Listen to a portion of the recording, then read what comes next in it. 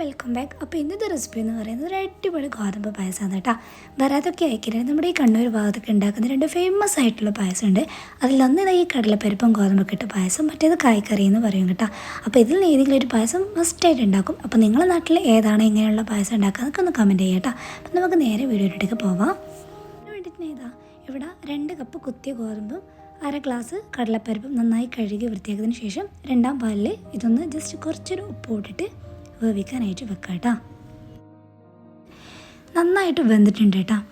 വെന്തതിന് ശേഷം നമുക്ക് എടുത്ത് വെച്ച് നല്ല കട്ടിയുള്ള 1ാം പാലുണ്ടല്ലോ, അത് ഇതിലേക്ക് ഒഴിച്ചു കൊടുക്കാം. ഞാൻ ഇതിനായിട്ടൊരു 1.5 തേങ്ങയാണ് കേട്ടോ എടുത്തത് തേങ്ങാപ്പാലിനായിട്ട്.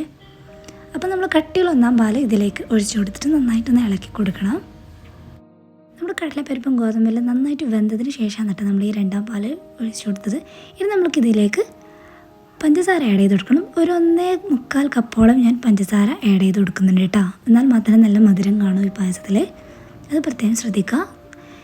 എന്നിട്ട് ഇതെല്ലാം ഇട്ടിട്ട് പഞ്ചസാര എല്ലാ രീതിയിലും എത്തുന്ന രീതിയിൽ ഒന്ന് നല്ലോണം മിക്സ് ചെയ്ത് കൊടുക്കുക.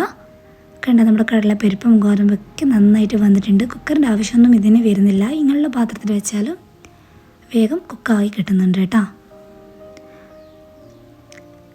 ഇനി നമുക്കിതിലേക്ക് കുറച്ച് ഏലക്കായ പൊടിച്ചതും കൂടി ഇതിലേക്ക് ഇട്ട് കൊടുക്കാനുണ്ട്. അതും കൂടി കുറച്ച് ഇട്ട് കൊടുക്കാം. ഇനി ഇതെല്ലാം കൂടി ഒന്ന് മിക്സാക്കി കൊടുക്കാം. പിന്നെ ഇത് ഉമ്മ ഉണ്ടാക്കുന്ന സ്പെഷ്യലാണ് കേട്ടോ, ഉമ്മാൻ്റെ സ്പെഷ്യലാണ്. അപ്പോൾ ഞാൻ ജസ്റ്റ് ഒന്ന് ഷൂട്ട് ചെയ്തേ ഉള്ളൂ. പിന്നെ നമ്മൾ 2ാം പാൽ ഒഴിച്ച് കഴിഞ്ഞാൽ ജസ്റ്റ് ഒരു തിളക്കുമ്പോൾ ഓഫ് ആക്കണം കേട്ടോ, അല്ലെങ്കിൽ ഇത് സമയം കഴിയുന്നവരും കട്ടിയായി വരും. നമ്മൾ കടലപ്പരിപ്പും ഗോതമ്പൊക്കെ കുക്കായി വന്നിട്ടുണ്ട്. നമുക്ക് ഫ്ലെയിം ഓഫ് ചെയ്യാം. അപ്പോൾ നമ്മുടെ പായസം ഇവിടെ റെഡി ആയിട്ടുണ്ട്. നമ്മളൊരു സെർവിങ് ബോളിലേക്ക് ഒഴിക്കുന്നുണ്ട്. കടലപ്പരിപ്പും ഈ ഗോതമ്പൊക്കെ ഇട്ട പായസം ഭയങ്കര ടേസ്റ്റാണ് കേട്ടോ കഴിക്കാൻ. ഇതുവരെ ഉണ്ടാക്കാത്തവരൊന്ന് മസ്റ്റായിട്ടും ട്രൈ ചെയ്യുക, ഭയങ്കര ഇഷ്ടപ്പെടും. അത് ഇത്ര നല്ല ടേസ്റ്റുള്ളൊരു പായസമാണ് കേട്ടോ.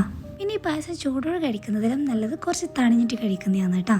തണുത്ത് കഴിക്കുന്നത് ഏറ്റവും നല്ലത്. പിന്നെ ഫ്രിഡ്ജിൽ വെച്ച് കഴിക്കുകയാണെങ്കിൽ അതിലും ബെറ്റർ ആയിരിക്കും. എല്ലാവരും ഒന്ന് ട്രൈ ചെയ്ത് നോക്കാം. പിന്നെ നമ്മുടെ ഈ കണ്ണൂർ ഭാഗത്തൊക്കെ ഭാരതയ്ക്കനിൽ മസ്റ്റായിട്ട് ഉണ്ടാക്കുന്നൊരു ഫേമസ് ആയിട്ടുള്ള പായസമാണ് ഈ കടലപ്പരിപ്പും ഗോതമ്പിട്ട പായസം. അപ്പോൾ ഭയങ്കര ടേസ്റ്റാണ് ഇത് കഴിക്കാൻ. ട്രൈ ചെയ്യാത്തവരാണെങ്കിൽ ഇതൊന്ന് ട്രൈ ചെയ്ത് നോക്കാം കേട്ടോ. അപ്പോൾ എല്ലാവർക്കും ഇഷ്ടപ്പെടും. നമ്മുടെ അൾസർക്ക് ഇഷ്ടപ്പെടുന്നവരാണെങ്കിൽ ഈ പായസം എന്തായാലും ഇഷ്ടപ്പെടും. പിന്നെ മെയിനായിട്ട് ഈ ഒരു പായസം ഈ ഒരു കൺസിസ്റ്റൻസി തന്നെ എടുക്കാൻ വേണ്ടി ശ്രദ്ധിക്കാം കേട്ടോ. അപ്പോൾ നല്ല നല്ല റെസിപ്പി മറ്റൊരു വീഡിയോ കാണുന്നവരെയും എല്ലാവരോടും ടേക്ക് കെയർ, ബൈ.